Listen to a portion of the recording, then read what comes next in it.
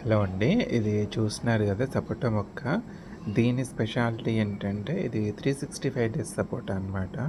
Almost year అంతా కూడా కాస్తూనే ఉంటుంది. ఇప్పుడు కూడా ఆల్మోస్ట్ బ్రేక్ తీసుకుందైతే చూడలే నేను.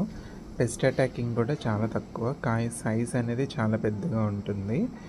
ఇది కంప్లీట్‌గా పండిన తర్వాత స్వీట్ ఉంటుంది. అట్ ద సేమ్ టైమ్ కొంచెం మెత్తబడిన తర్వాత తిన్నా కానీ చాలా స్వీట్ ఉంటుందన్నమాట.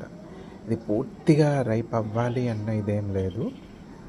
లైట్‌గా రైప్ అయిన టేస్ట్ అనేది చాలా బావుంటుంది.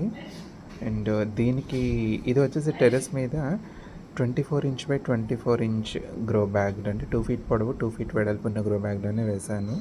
ఆల్మోస్ట్ 4 4 ఇయర్స్ ప్లాంట్ అనమాట ఇది. నాకు ఫ్రూటింగ్ రావడం అయితే 3 ఇయర్స్ అయింది. 3 ఇయర్స్ నుంచి ఫ్రూటింగ్ వస్తూనే ఉంది.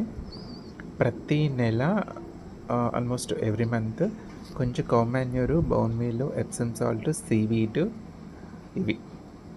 ఇవి 4 కలిపి అయితే కంపల్సరీ ఇస్తూనే ఉంటాను.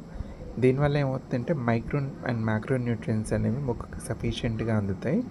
అండ్ బనానా ఏదో ఒక రూపంలో బనానా వాటరు లేదా బనానా ఫ్రూట్ ఫర్మెంటెడ్ జ్యూసా అది ఏదో ఒక రూపంలో అయితే బనానా అయితే ఇస్తూ ఉంటా.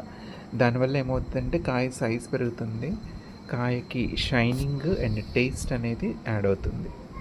కాబట్టి మీరు కూడా ఏదో ఒక రూపంలో వీక్లీ వన్స్ బనానా అనేది మొక్కలకి ఇవ్వడానికి ట్రై చేయండి. కూరగాయ మొక్కలైనా పళ్ళ మొక్కలైనా చాలా బాగా కాస్తాయి, టేస్ట్ ఉంటాయి.